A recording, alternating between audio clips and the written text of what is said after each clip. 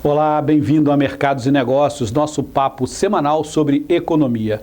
Hoje o nosso assunto é finanças públicas. Para conversar com a gente está aqui o economista Martinho de Freitas Salomão. Os prefeitos acabaram de ser reeleitos ou eleitos e não terão vida fácil em 2017 e nos próximos anos do mandato. Senhor Martinho, obrigado por sua presença aqui em Mercados e Negócios. Todas as análises falam a mesma coisa. 2016 foi um ano ruim, 2015, mas 2017 vai ser um ano muito complicado para quem vai administrar municípios, né, especificamente. Por que isso vai ser tão difícil? O que aconteceu para deteriorar tanto assim as finanças dos municípios? Bom, primeiramente, nós estamos num cenário muito forte de queda de receita. Né? Isso está acontecendo em todos os níveis, né? Nível federal, estadual e municipal. Então, os prefeitos, né, que estão sendo reeleitos, eles estão se deparando com um cenário onde não há muita margem para poder, né, fazer um governo, né, que eles possam gastar mais, investir mais. Então, a gente tem uma situação muito mais apertada. Né? Isso é uma tendência geral. Né? As prefeituras, realmente, elas estão sofrendo bastante com isso. Né? O governo do estado também está numa situação difícil. Né? E nós temos também na União né, uma situação delicada, né? E sendo várias medidas aí propostas para tentar contornar, né, a situação. Mas o que realmente, qual é a dificuldade que esses prefeitos vão ter? Não vão poder investir em saúde, educação? Qual é a dificuldade específica deles? Eles vão poder investir em saúde e educação, né? Recursos de saúde e educação, eles são vinculados, né, em grande maioria. Só que eles são vinculados à receita, só que a receita está em queda, né? Então, pelos mínimos constitucionais, eles provavelmente vão conseguir investir. Só que para atender todas as demandas da população, é preciso mais do que isso, né? Eles têm que dar mais, fazer um investimento maior, né, para poder chegar e atender essas demandas. Então, eles realmente vão ter essa dificuldade. Né? A situação fiscal não está fácil, né? Eles vão se deparar aí com um cenário de queda de receita, despesas que a gente conhece, né, pela estrutura das despesas públicas, elas não caem, né? Não são tão flexíveis assim, né? São muito rígidas. Então, esse é praticamente o cenário. Né? Quer dizer, o candidato, né, na campanha, ele promete um monte de coisas, faz parte da nossa cultura política, né? Prometer para conquistar o voto, para depois tentar cumprir, ou já sabendo que não vai cumprir. Do ponto de vista dessa realidade aqui hoje, o senhor diria que os prefeitos, os próximos prefeitos, os reeleitos e os eleitos, vão ter um 2017 de que nível? Muito ruim, ruim ou vai dar para atravessar? Muito ruim, e não sei se vai dar para atravessar. A gente espera que dê para atravessar, né? Mas eles vão ter aí um 2017 muito ruim, né? A grande parte das receitas das prefeituras é proveniente de transferências, né? Transferências do Estado e da União, né? E essas transferências também estão caindo, porque as receitas estaduais e da União estão caindo. Então, eles vão ter um cenário muito difícil pela frente, né? Esperamos que eles consigam cumprir aí com o mandato, né? Consigam aí atender os anseios da população, mas não vai ser fácil. O senhor tem dados de queda percentual sempre para Vitória, Vila Velha, para algum município da Grande Vitória? Você tem percentual de quanto que caiu o ICMS, quanto que caiu o ISS? Eu não tenho os dados especificamente das prefeituras, né? Mas o ICMS do estado está em queda, né? Houve uma queda real aí do ICMS, não só do ICMS, né? De todas as receitas, né, do estado, mas principalmente das transferências da União. Então, isso tem levado aí a uma situação fiscal precária, né? A receita, ela está tendo queda real, né? Ou seja, né, você já desconsiderando os efeitos da inflação, né? E isso tem atingido muitos municípios. Né? Então, assim, eu entendo que esse cenário ele é muito complicado, né, para poder fazer essa administração das finanças públicas. O senhor acha que a gente corre algum risco de ter a situação igual no Rio de Janeiro, de não ter como, por exemplo, pagar o funcionalismo? Alguma prefeitura pode ter dificuldade até de cumprir com a folha de pagamento? É possível. Esse cenário é possível, né? O Rio de Janeiro, que é um caso que foi citado, né? Ele há muitos anos ele vem tendo um gasto grande, né? Ele recebia uma receita grande, que era uma receita de royalties. Essa receita caiu, né? E houve esse descompasso aí entre receitas e despesas.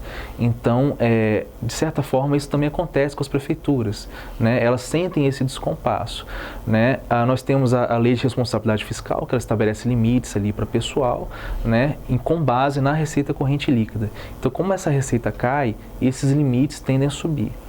né? No caso das prefeituras, como a folha de pagamento, né, não só das prefeituras, mas também do Estado, costuma ser uma estrutura muito rígida para você poder mexer, né? Então é possível sim que eles tenham problemas para pagar pessoal. Vou pedir licença ao senhor para fazer um pequeno intervalo. Na volta a gente conversa um pouquinho mais sobre as finanças do Estado, exatamente, que é um dos financiadores dos municípios, ok? A gente volta daqui a pouco.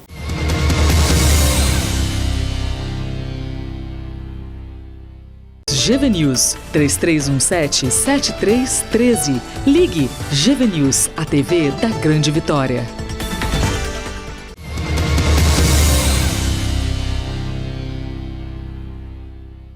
Olá, estamos de volta com Mercados e Negócios, que hoje conversa sobre finanças públicas com o economista Martinho de Freitas Salomão. Martinho, no primeiro bloco, a gente falou da situação difícil que as prefeituras terão em 2017.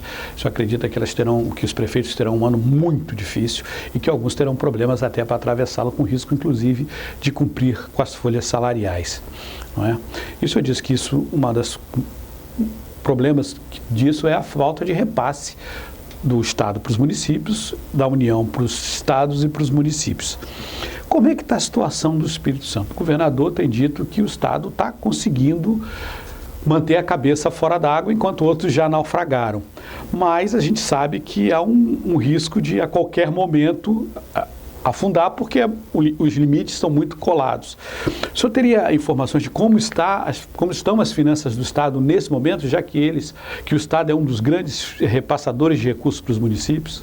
Nós tivemos um 2015 muito difícil no Estado, né? O Estado, ele conseguiu fechar, gerou até um pequeno superávit, né? Só que 2016 foi um ano ainda mais difícil, né? O Estado, pelo que eu tenho acompanhado, né, ele está tentando fechar a folha de cada mês, né, nesse estágio agora, né?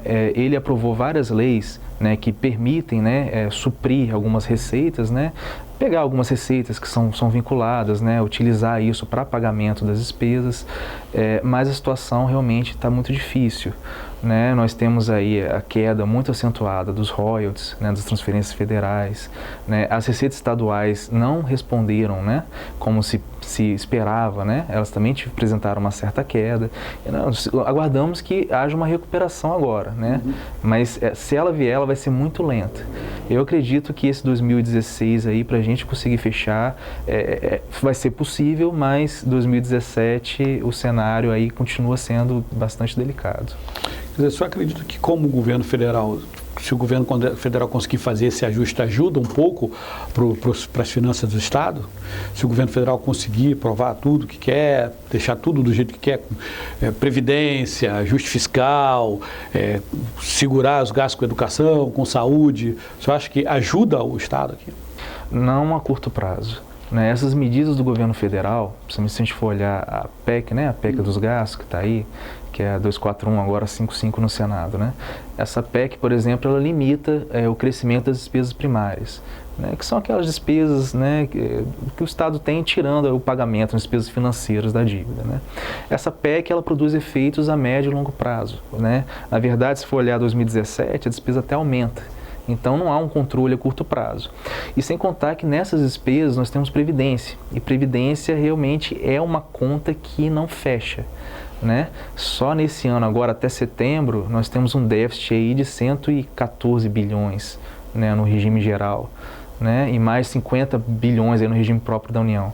Então é um número que não fecha. Eu acredito que esse ajuste, se for aprovada a PEC, né, vai levar algum tempo aí, né, e essas medidas adicionais também, né, a situação realmente está muito crítica para o governo federal e esses repasses para o Estado, né, eles também vão demorar um pouquinho para ter efeito. Do ponto de vista da receita, a gente sabe que uma grande parte da receita vem das empresas pagando impostos e as contribuições sociais. E da população pagando, no caso das prefeituras, o imposto predial territorial, o imposto sobre serviços, né, que é o que acontece. Quer dizer, o senhor acha que alguma prefeitura vai ter que reajustar o valor do IPTU para ter uma carga maior de imposto para tirar da população para poder cobrir essas despesas? Esse expediente já tem sido usado em algumas prefeituras, né? Eu acredito que o impacto não seja tão significativo. Além disso, você no cenário recessivo aumentar imposto, né, pode ter um efeito ruim, né, a médio e longo prazo. Então, eu não vejo que haja uma solução por esse lado. Pode ser uma solução temporária, né, para poder gerar um equilíbrio, né, a curto prazo, mas que ela não persiste a longo prazo. O controle mesmo das prefeituras vai ter que ser por meio das despesas, né? Provavelmente é o que o governo federal está tentando fazer, de certa forma o governo estadual, né, está tentando fazer, e que as prefeituras também têm que fazer, né? Não há outra forma, ou você faz isso ou você aumenta imposto. E aumentar imposto, eu acho que nós já chegamos num limite, né, até onde é possível aumentar. Se o senhor fosse o secretário de Fazenda de algum município, o que o senhor atacaria especificamente para garantir esse equilíbrio? Bom, teria que ver a situação específica de cada município, né?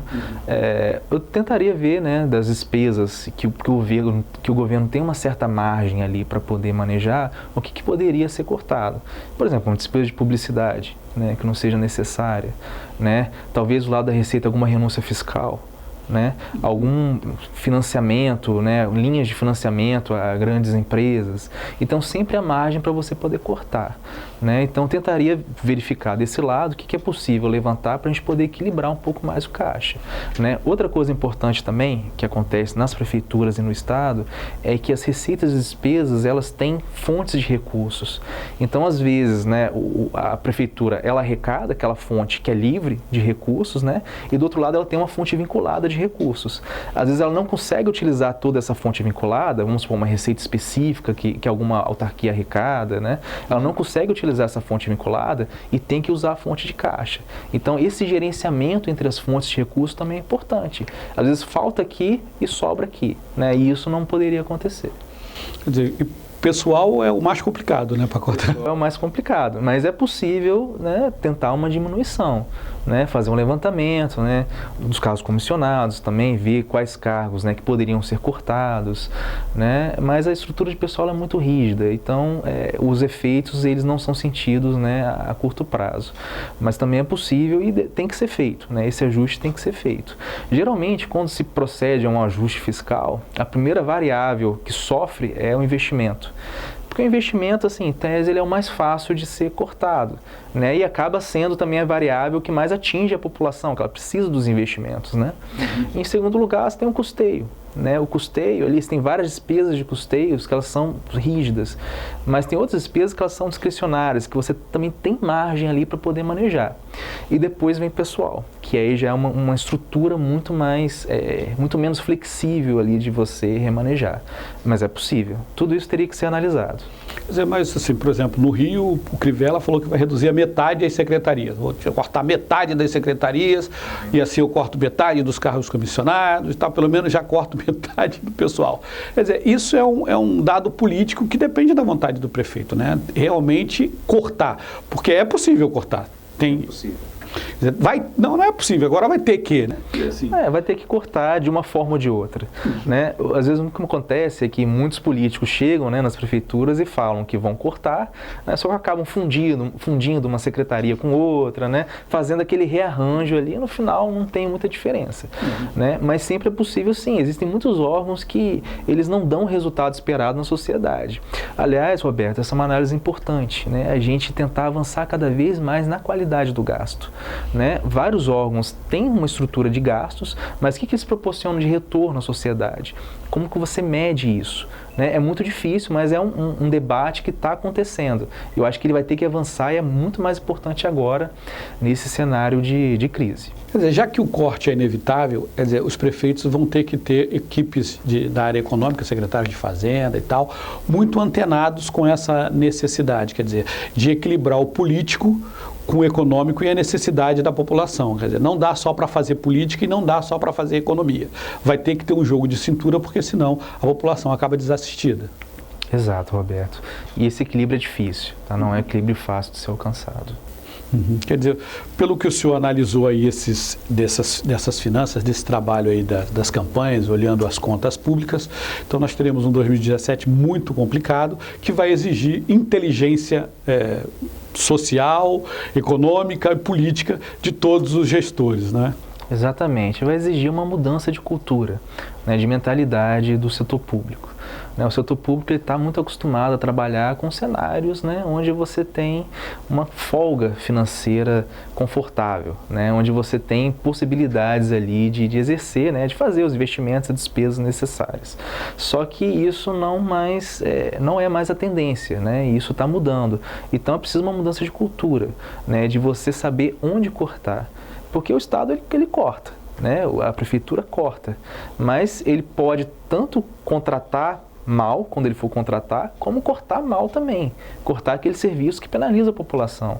Então ele tem que fazer toda essa análise e verificar onde que ele pode cortar. E dentro da estrutura da despesa, isso é possível. E entra, como eu frisei anteriormente, a questão da qualidade do gasto, que ela é importantíssima hoje. Quer dizer, outra coisa é a corrupção, quer dizer, não há margem para a corrupção porque não tem mais dinheiro sobrando, né? Pois é, a corrupção, ela é um mal, né, que ela tem que ser combatida, só que infelizmente a corrupção, se ela continuando a existir num cenário de crise, né, os setores mais sensíveis são prejudicados. E às vezes não só a corrupção. Vê o exemplo que saiu agora do Rio de Janeiro, né, dos vereadores lá que vão receber a proposta de receber um salário vitalício. Né? Isso é assim, o meio é legal aparentemente, só que é uma proposta que, né, no cenário de crise, o cobertor é curto. Né? Então você vai dar o cobertor para quem não precisa? Então toda essa análise tem que ser feita, né? Quer dizer, está na hora de começar a cortar os privilégios para ver se sobra alguma coisa para investir, né? Exatamente. Ter a consciência de que é preciso, né, você controlar os gastos totais, né, para não deixar a coisa explodir, e dentro desse controle você saber quais setores que você tem que manejar, porque também não adianta você penalizar a população e deixar esse desequilíbrio grande ali, né, entre as despesas, né, entre aqueles que recebem já muito e os que recebem pouco não receberem nada. Nunca a gestão pública foi tão importante, né? O termo gestão pública, gerir bem o que é público, né? Exatamente. Exatamente. Eu acho que essa é uma preocupação. Eu não vi muito isso nas campanhas, né? Eu gostaria de ter visto, né? Às vezes as campanhas, elas também estão com uma mentalidade atrasada, né? E a população tem que cobrar isso, né? Tem que cobrar, saber que está no cenário de crise e cobrar do prefeito, né? Que foi eleito, dos vereadores. E agora, como é que a gente vai fazer esse ajuste? Né? De forma que penalize menos os serviços públicos, né? E faça um ajuste eficiente ali da gestão financeira. Quer dizer, aumento de salários, aumento de quantidade de secretarias, obras sem fiscalização adequada, tudo isso tem que ser riscado do mapa nesse momento, e a população é que é o principal fiscal, né? A população tem que cobrar, tem que estar presente, né? Cobrar dos prefeitos, dos vereadores também. Às vezes a gente acaba esquecendo os vereadores, né? Mas eles têm um papel importantíssimo, né? Para fiscalizar o executivo, eles têm que ser cobrados, né? A população tem que estar lá em cima do vereador que ela elegeu, né? Não pode esquecer o vereador que ela elegeu, muitas vezes acontece, né? Votou lá no cara e esquece. Não, tem que saber, elegi esse vereador, eu vou estar aqui, né? Cobrando dele, e mesmo que o vereador dela não tenha ganho a eleição, né? Tá em cima daqueles que estão lá porque eles representam todos, né? E cobrar, falar, né? Quais são os dados aqui da prefeitura, o que está acontecendo, o que você está fazendo aí para poder, né, contribuir nessa gestão, criticar o que está errado, entendeu? Então essa postura tem que ser mais proativa da população. Eu acho que a gente vai inevitavelmente caminhar para isso. Sabendo gastar, dá para todo mundo sobreviver, né? Dá para, apertando o cinto e sabendo gastar, dá para sobreviver. Obrigado mais uma vez por sua presença aqui no Mercados e Negócios. Eu que agradeço, Roberto. Obrigado. Obrigado por assistir Mercados e Negócios. A gente volta na próxima semana com uma nova entrevista. Mercados e Negócios, traduzindo o economês para o português.